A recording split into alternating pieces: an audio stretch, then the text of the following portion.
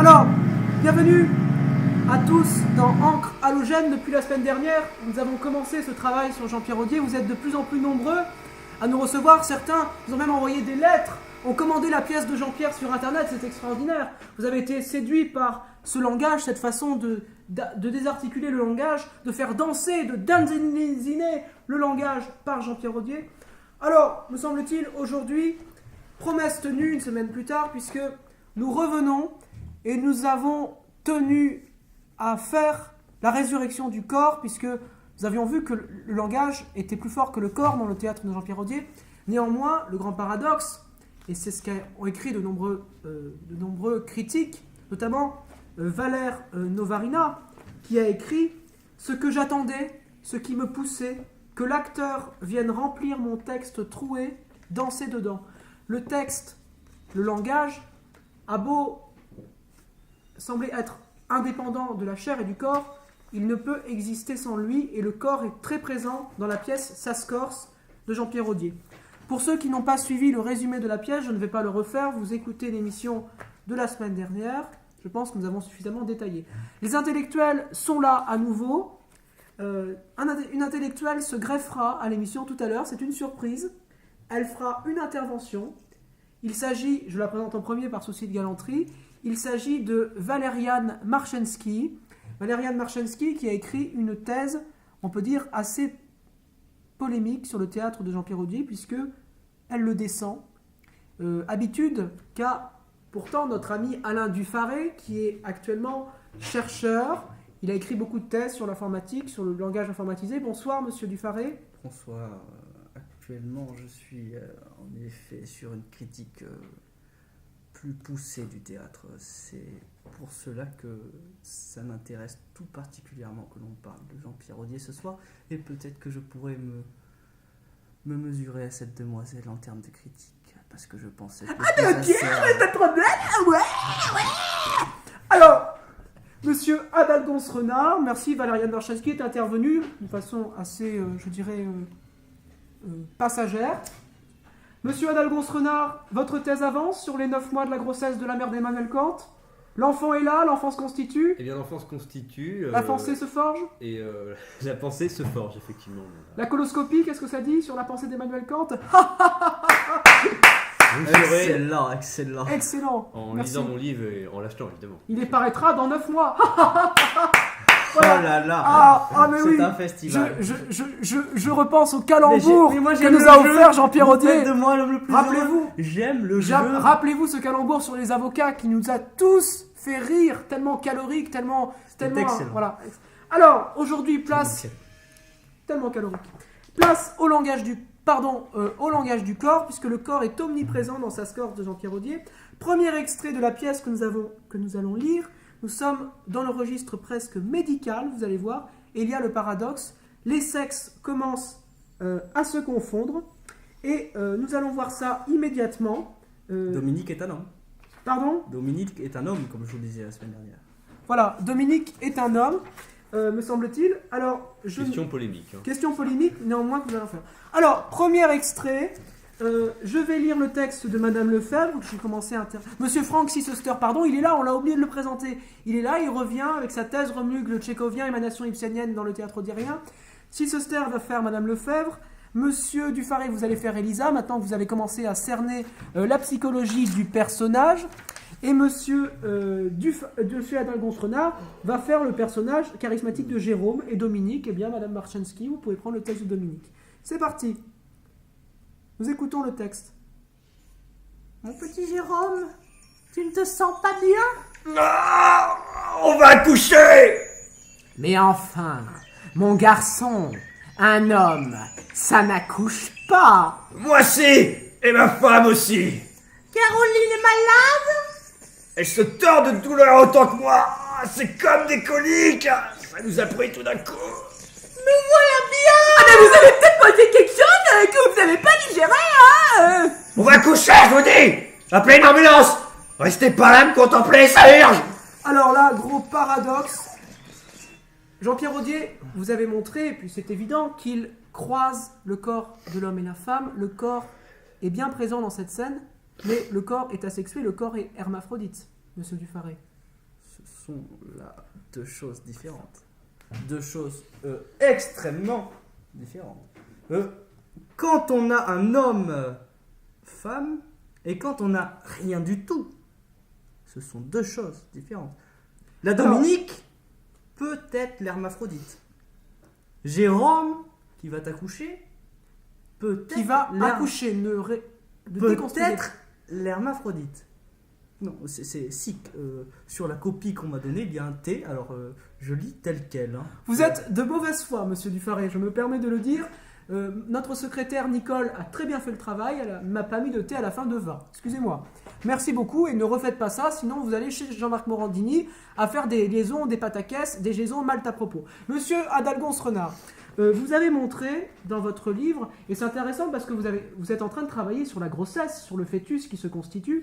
Pensez-vous qu'un homme pourra accueillir un jour un fœtus, en tout cas dans la littérature? C'est ce qu'il nous montre ici.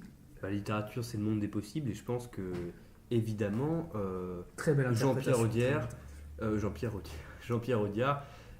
Audier, pardon, Audiard, Audiard, excusez-moi, Audiard est bien en dessous, hein, je- me semble-t-il. Hein. me semble-t-il Au sens aussi. fort du terme, Je en dessous. confonds, mais, c'est l'expérience de la campagne et du mélange des sexes Alors, et de l'impossibilité de percevoir la masculinité, le La masculin. masturbation, c'est ça que vous La voulez dire. Non, masturbation. excusez-moi. Non, non. Morandini vous tend les Le bras, ma- monsieur non, Dufaré. Non. Allez, plutôt. La masturbation, le phallique n'est pas dans le domaine des bassesses, monsieur. Oui, on peut parler, on doit parler, Et on ça doit n'a parler aucun en rapport, littérature. monsieur, ça n'a aucun Si, rapport. quand Nous on est en sommes- présence de personnes hermaphrodites, on doit parler des sexes. Voilà. Voilà. Alors, j'ai une remarque à faire, me semble-t-il, mais vous me l'avez sorti de la langue. Mais je vais saisir la perche que vous venez de me tendre. Phallique, la perche phallique. Là, je m'abaisse, excusez-moi. Alors, Vous ne vous abaissez pas, non, vous êtes dans la excusez-moi. réalité, monsieur. Alors, me semble-t-il, vous avez, j'ai exprimé ce théâtre écrit entre 3 bovins et 4 chèvres. On est là-dedans. Monsieur Jean-Pierre Audier est un agriculteur qui maîtrise l'accouchement bestial. Et là, qu'est-ce qu'on voit? Excusez-moi, c'est que l'homme est réduit à être un animal. Animalisé, me semble-t-il. Carnavalisé. Carnavalisé, nous sommes là-dedans. Nous sommes dans un renversement carnavalesque bactinien. C'est ce que vous avez montré, monsieur Adalgons-Renard. Bactinien peut-être. Je ne pas, sais même mais- plus dans quoi vous avez montré ça, tellement vous avez écrit Oui, d'articles j'ai- sur toutes ces scènes. Non, moi ce qui m'intéresse dans cette scène, c'est cette angoisse fondamentale. Et c'est surtout sur la réplique Caroline est malade. Oui, c'est bah ça. voilà, et c'est là où je veux en venir, c'est l'angoisse fondamentale sur la nature du sexe. Garçon, femme, Caroline est malade. Caroline est malade pourquoi? Parce qu'on ne sait pas si il Et c'est s'agit une maladie d'une femme ou d'un homme C'est- qui va es- apparaître. Excusez-moi, la Je maladie, pense- elle se situe dans les sphincters, me semble-t-il. Dans les sphincters. Pourquoi? Parce que le langage, on sait très bien maintenant que le langage oral n'existe pas, nous ne parlons qu'avec nos sphincters. Nous parlons qu'avec nos sphincters. Ce qui m'amène, me semble-t-il, non, je ne vais pas parler de ça, ce qui m'amène au deuxième extrait qui va éclairer encore davantage ce brouillage corporel, me semble-t-il, voilà, ce brouillage corporel qui est opéré dans le théâtre de Jean-Pierre Audier. Le deuxième extrait que nous allons étudier montre comment le corps peut être ballonné. Voilà. Le deuxième extrait que nous allons étudier, voilà. Je vais le lire. Alors, je vais faire le rôle de Lucien. Monsieur Dufaré va faire le rôle de Jérôme. Et nous sommes que deux, en fait. Merci. Alors, allez-y, monsieur Renard, prenez le rôle de Lucien. Non, je vous en non, prie. non, non, non, c'est bon. Voilà. Ok, c'est pas grave. Allez-y, monsieur Jérôme. Attendez, nous lisons l'extrait. C'est parti. En attendant, j'ai toujours le ventre ballonné, moi. Personne ne veut me croire. Qu'avez-vous mangé hier, tous les deux, avant de venir ici? Attendez, hier soir, c'était un petit salé aux lentilles. Ne cherchez pas. Votre indigestion alimentaire, me semble-t-il, était due au jambon qui n'était pas frais, et ton ballonnement est du météorisme. Du météorisme. Qu'est-ce que la météo vient faire là-dedans? Météorisme, demande à Pauline. Elle doit souvent rencontrer ce cas chez les bovins.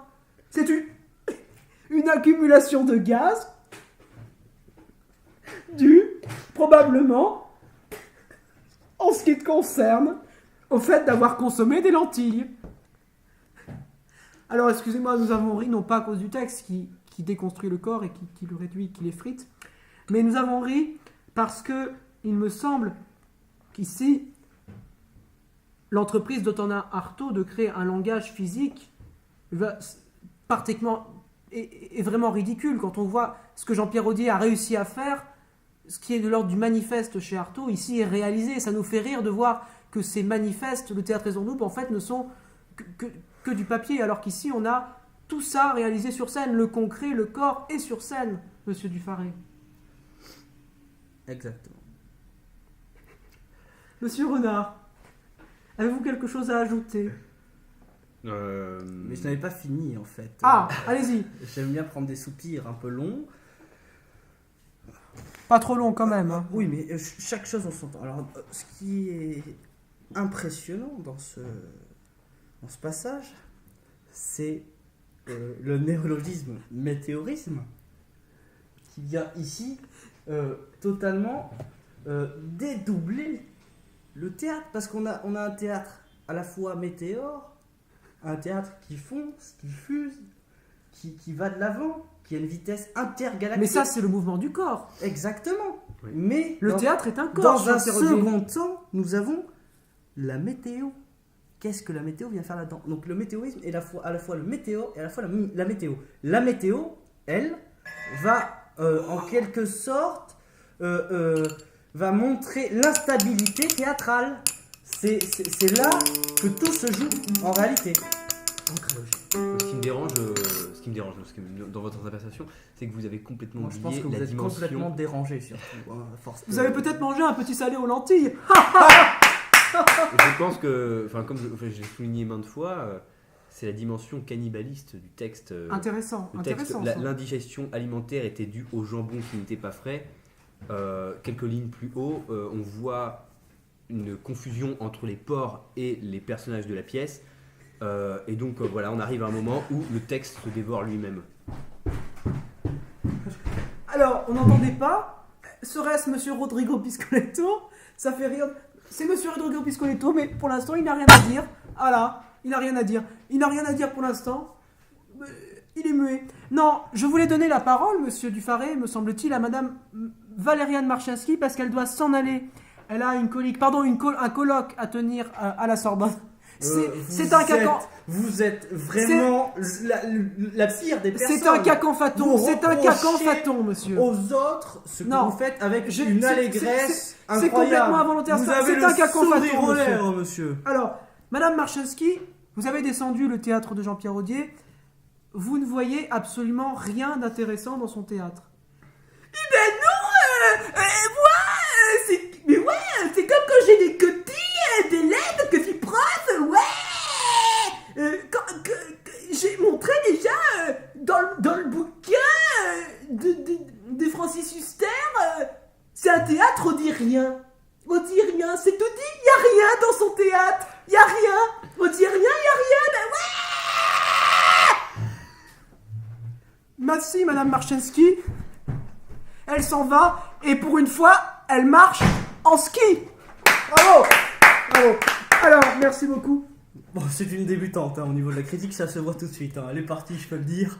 Parce que bon, employer des mots comme ça, on dit rien, c'est rien, machin, tout ça. Non mais rien, c'est rien. Enfin, ce que vous dites, c'est rien non plus, Non, je mais crois, là, parce là- que c'est complètement idiot ce que vous dites. Excusez-moi, je suis modérateur, mais là, je m'emporte. Excusez-moi. Oui, vous vous emportez Oui. un peu trop d'ailleurs. Alors, Un me peu semble-t-il, nous allons poursuivre trop. cette danse Un du peu langage. trop. Excusez-moi, nous allons, après le domaine bovin, nous allons rentrer dans le domaine chevalin. Alors, monsieur Audier, vous allez voir, fait une espèce de danse qui va beaucoup plus loin que les spectacles qu'on peut voir de Bartabas, etc.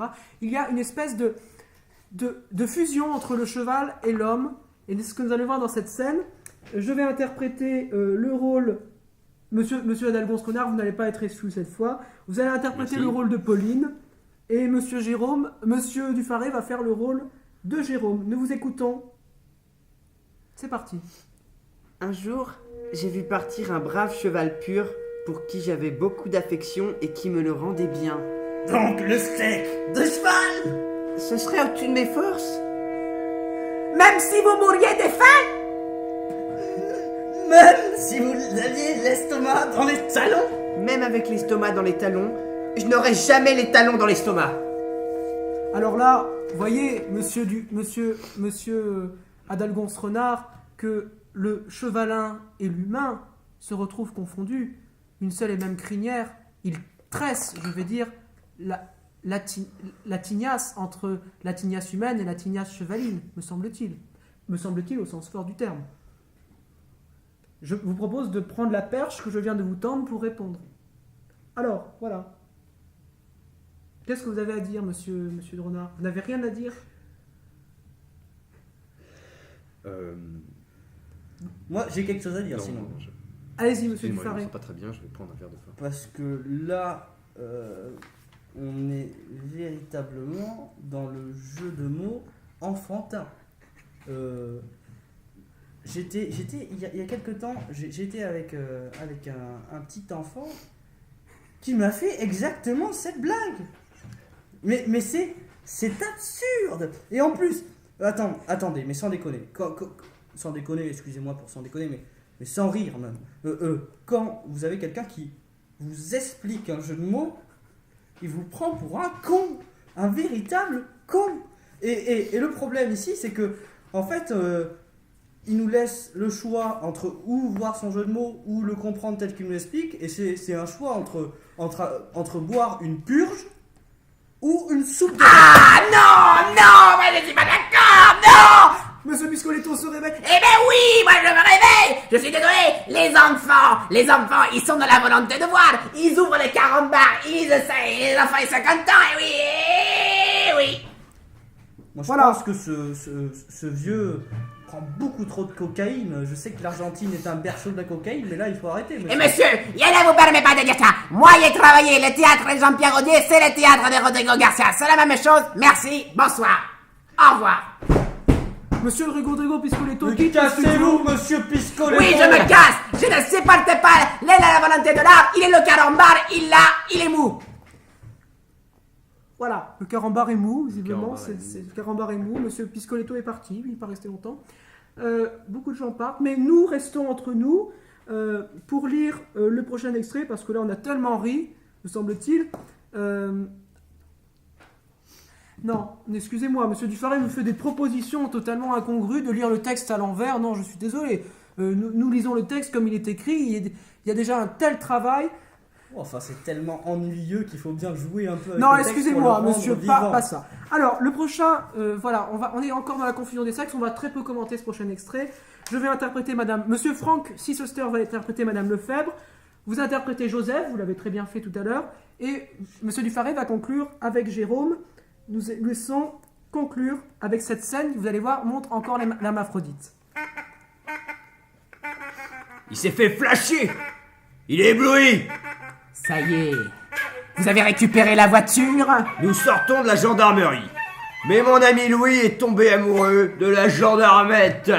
Je ne sais pas que chez les gendarmes, le féminin de l'amant, c'est l'amende. Alors là, explosion de rire général dans le studio. Effectivement, amende. Oui, dommage qu'ils soient insonorisés le studio parce que c'est quelque chose. Hein. On n'a jamais entendu ça depuis On peut le dire- dernier sketch les- de Franck Dubosc. Hein, Oui. franchement, honnêtement. Non, on ne dira pas sur quoi. Monsieur Dufaré, c'est les gens qui vont écouter après. Monsieur Dufaré, les gens qu'on connaît. Monsieur Dufaré, excusez-moi, petite private joke. Monsieur Dufaré, comment dire, vous avez l'air de baisser les yeux sur ce jeu de mots. Comment dire? Je ne sais plus si je suis consterné, si je suis impressionné, ou si je suis totalement liquidifié. Parce que... Liquidifié. Liquidifié. Voilà. Non. Il n'y a pas de plage à Venise. Mon néologisme Ça préféré n'a rien à n'est voir, pas excusez-moi, celui-là. c'est Oui, y a revenu pas de- comme ça. Parce que, par contre, là, j'aimerais parler d'un concept que j'avais développé il y a quelques années, qui se nomme lamentaire. Alors, lamentaire, c'est Il y a un jeu de mots avec l'amant, il me semble-t-il. Oui, non, mais c'est pour ça que je viens dessus. Non, parce mais que- je... Parce que lamentaire, c'est le fait d'appâter en fait son amant avec des fruits secs. On retrouve ça chez beaucoup de grands auteurs. Et arrêtez de rire de mon concept, s'il vous plaît. C'est un concept très sérieux. Et Monsieur- d'ailleurs, Renard m'avait accompagné sur... Vous Vous aviez accompagné ça, monsieur Renard Lamentaire? Non, c'était une histoire de jeunesse, je ne tiens pas à en parler. Ah, Et donc, allez-y, le- expliquez-nous. L'inventaire, Ah. mais c'est passionnant. Quand vous par étiez exemple- encore des puceaux de la littérature, mais c'est par très exemple, bon, ça. vous avez Don Juan. Comment fait-il? Don Juan de Molière, comment fait-il? Je rebondis là-dessus. Monsieur Jean-Pierre Audier a été titré par Sud-Ouest comme le Molière de Saint-Hippolyte. Voilà. Parenthèse. Don Juan, comment fait-il? Le Molière de Eh bien, Saint-Hippolyte. On a découvert, avec mon ami Renard, même s'il ne veut plus prendre part à ce débat, que, en réalité, ce sont Don Juan réussit à appâter en quelque sorte toutes ces femmes grâce aux amandes, aux fruits secs. Et c'est de là que vient Oui. l'amant. D'ailleurs, le C'est contresens- du fruit sec lettré. Du fruit sec lettré. Oui, Voilà. oui. Bon, alors, sur ces belles, très très belles paroles de monsieur Alain Dufaré, nous allons poursuivre l'émission. Monsieur Renard a l'air fatigué, je ne sais pas ce qu'il a. Vous allez bien? Alors, nous allons poursuivre. Non. Alors, nous allons poursuivre tout de suite l'émission avec un nouvel extrait qui remène. Vous vous souvenez de l'affaire de la croûte que nous avions, sur laquelle nous étions arrêtés la semaine dernière. Ici, il est question encore de l'art. Et nous allons lire un extrait. Monsieur Adalgos Renard va interpréter Joseph. Je vais interpréter le rôle de Louis, de Madame Lefebvre, pardon. Et Monsieur Dufaré va faire Louis. Voilà. Louis au sens fort du terme. J'écoute. Allez-y. Acte 3, scène 2. C'est parti. Oh non! Moi, tu sais, j'y connais pas grand-chose. Mais je dois te dire que la dernière toile, oui, celle qui orne l'entrée de votre clinique vétérinaire, cette grande cafetière, c'est pas mal. Une grande cafetière? Où est-ce que tu as vu une grande cafetière, toi? Ben, ce machin avec une poignée d'un côté, un bec verseur de l'autre, c'est bien une cafetière, non? Mais... c'est Mélissa! Quoi? C'est ta secrétaire? Oui, c'est Mélissa, la secrétaire. Je lui ai demandé de poser. Tout nu. Un toute nu, évidemment! Tu es sûr qu'on parle de la même chose? Ah oui, je lui ai demandé de poser façon Égypte antique. De profil, quoi. Un bras à l'équerre, l'avant-bras montant, et la main qui fait un angle. L'autre main appuyée sur la hanche, comme ça. Ah! C'est donc ça! Sensualité. J'ai pris la main sur la hanche pour la poignée et l'autre bras pour le bec verseur. Tu as de l'imagination. Magnifique moment sur la cafetière. Peut-être référence Ça, à la c'est cafetière excellent. de Théophile Alors Gautier. là, moi qui suis très intransigeant, ça, c'est excellent, monsieur. Je suis Vous allez nous envoûté. expliquer pourquoi. Je suis envoûté. Expliquez-nous pourquoi, monsieur Dufaré. Pourquoi? Parce que là, on a un véritable jeu de forme. Et moi, j'aime le jeu, comme vous le savez. Là, on voit Entre l'art et la chair. l'art, la chair, mais même pas l'art, c'est l'artisanat qu'on a ici, c'est la cafetière. Ça qui est intéressant, c'est qu'on a même un pluriculturisme au niveau littéraire. C'est-à-dire que la cafetière, elle peut être italienne, mais ici, elle pose nue. Façon Avant l'Égypte l'Égypte antique. Très bon. Tout comme la secrétaire est peut-être italienne ou peut-être. Mais elle s'appelle Mélissa. Mélissa, ne pleure pas. Mélissa, Voilà. qui vient du grec, mélas, noir. Noir. Et peut-être donc aussi. Noir. Noir, oui. Donc on a un véritable jeu pluriculturel qui est très agréable Et ici. tous Ouais. les mouvements de la peinture sont ici regroupés comme si on avait plusieurs couches qui se Alors, c'est une superposaient. véritable hypotypose qu'on a. Une hypotypose, je vois pas le rapport, monsieur. Si, parce qu'on on nous dresse un tableau. On Ah nous oui. dresse une peinture, comme si on était. Ah, vous avez raison, oui. Donc il y a à la fois dans le mouvement du On va langage, dire que c'est mais le poutoum de mais Barthes, mais bon, le- n'en voilà. rajoutons pas trop. oui voilà, mais il y a le corps. Comment vous sentez le corps là-dedans? Là, ce Parce qui que est nous parlons du intéressant, corps. Hein. c'est qu'on a un corps troublé, mais qui est en même temps fixe. Dire qu'on a une fixité trouble. On a une fixité trouble parce que, d'une part, on a un corps qui ne bouge pas, mais qui sème le doute. Et c'est là qu'il y a tout l'intérêt du double. Alors, me semble-t-il, il est temps de retrouver Vous avez quelque chose à dire, monsieur Renard? Non, j'aime entendre des paroles tel que vous les prononcez maintenant, quand certains commentateurs ou certains spectateurs pensent que cette scène rassemble 3 personnages complètement sous, dont l'un confond une femme avec une cafetière, alors qu'effectivement il s'agit d'un corps troublé. C'est ça. Alors nous retrouvons Vincent Livary, qui la semaine dernière nous a offert un morceau de rap mêlé à la voix de Francis Huster. Cette semaine, c'est Fabrice Lucchini et sa fable Le Renard et le Bouc, fable de La Fontaine, qui va être mêlé à cette musique de la banlieue, le rap. Excusez-moi. Nous allons écouter ce morceau. L'artiste se prépare, il est en train de mixer. Voilà. Voilà. Nous sommes partis, écoutons l'extrait de Vincent Livary qui s'appelle Le Renard et le Rap. C'est parti. I must continue my work, my experiments. Capitaine Renard allait de compagnie avec son ami Bouc, des plus hauts encornés. Celui-ci ne voyait pas plus loin que son nez. L'autre était passé maître en fait de tromperie. La soif les obligea de descendre en un puits. Là, chacun d'eux se désaltère. Après qu'abondamment tous deux en eurent pris, le renard dit au bouc: que ferons-nous, compère? Ce n'est pas tout de boire, il faut sortir d'ici. Lève tes pieds en haut et tes cornes aussi. Mets-les contre le mur, le long de ton échine, je grimperai premièrement. Puis, sur tes cornes m'élevant, à l'aide de cette machine, de ce lieu-ci, je sortirai. Après quoi, je t'en tirerai. Par ma barbe, dit l'autre, il est bon et je loue. Les gens bien sensés comme toi, je n'aurais jamais, quant à moi, trouvé ce secret, je l'avoue. Magnifique moment. Le public est en larmes, cette fois-ci. On passe encore de rire aux larmes. Alors, dernier extrait du corps dans le théâtre de Jean-Pierre Audier. Le corps animal, on l'a vu pour cet amateur de la mamelle bovine est présente. Voilà.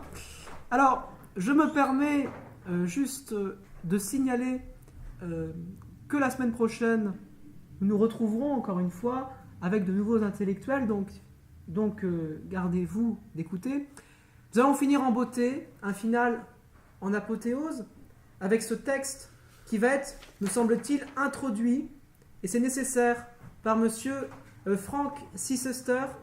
Monsieur Frank Sisester, vous avez rapproché une nouvelle fois ce texte de La Mouette de Tchekhov, et vous avez parlé ici d'un suicide de l'âme et du corps. Écoutez, oui, pourquoi cette scène 1 de l'acte 2? Pourquoi les personnages sont-ils en train de jouer au Scrabble? Est-ce que c'est anodin de jouer au Scrabble? C'est une référence à Tchekhov. Quand on pense à la dernière scène de La Mouette, dans laquelle les personnages sont en train de jouer au loto, ici, il y a un renvoi avec le jeu dont Monsieur Dufarret est amateur. Et ici, qu'est-ce qui se passe à la fin de la scène de Tchekhov, à la fin de La Mouette? Il y a un suicide. Mais là, il n'y a pas de suicide. C'est le paradoxe. Il y a le jeu sans le suicide.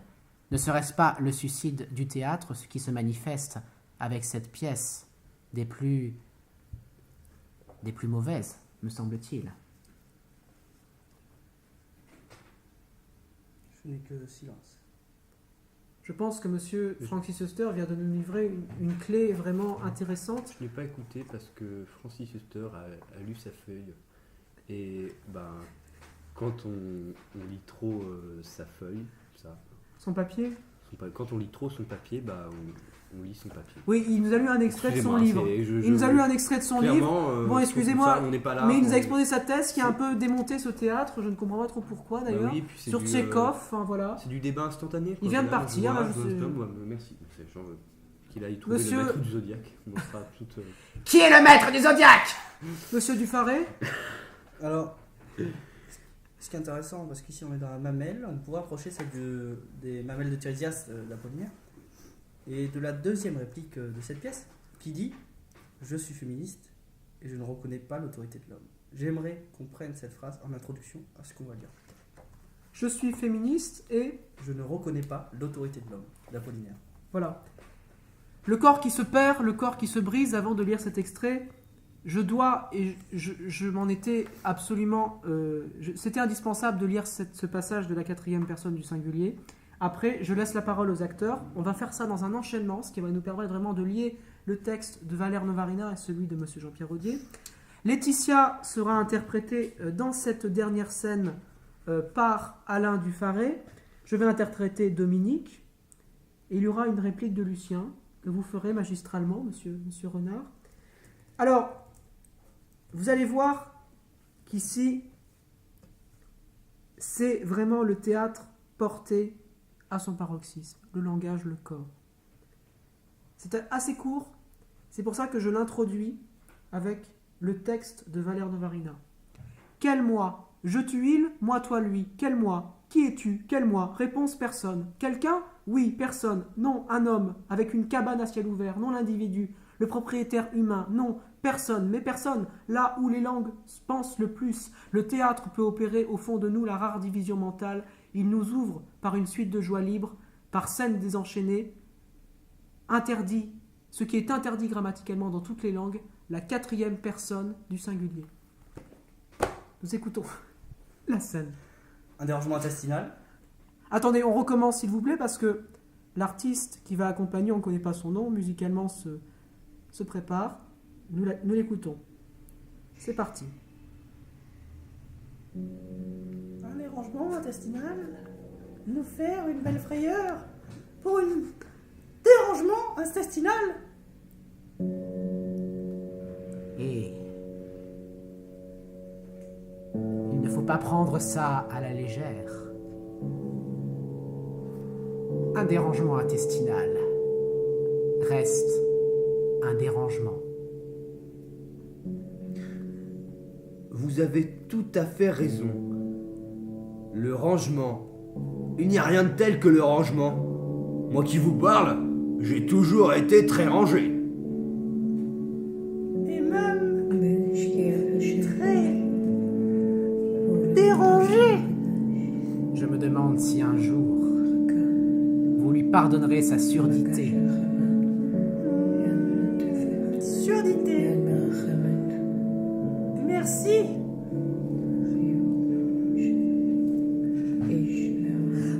Ah non, vous avez encore fait un scratch.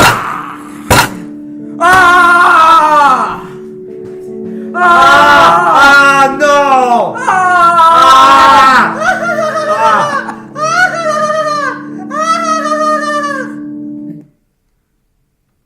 Le suicide théâtral vient d'avoir lieu sur scène, comme nous parlait M. Francis Huster de La Mouette, de Tchekhov. Cet auteur refoulé, ce Constantin Gavrilovitch, des méandres boueux de la campagne, vient de mourir avec nous, son corps. Seuls restent les mots. Le travail de mort est accompli. Le travail de mort de l'écriture et du corps est accompli. Rien ne reste après ce Scrabble. Il ne reste que le jeu, que le mot. C'est ce que nous dit cette scène. Il ne reste plus le moi. Le moi est mort. Le jeu est vivant, mais le moi est mort. Voilà. Me semble-t-il, nous pouvons arrêter cette émission consacrée au corps, langage du corps du langage, langage du corps. Peut-être terminer une dernière pensée de Valère Novarina qui va pouvoir éclairer ce texte.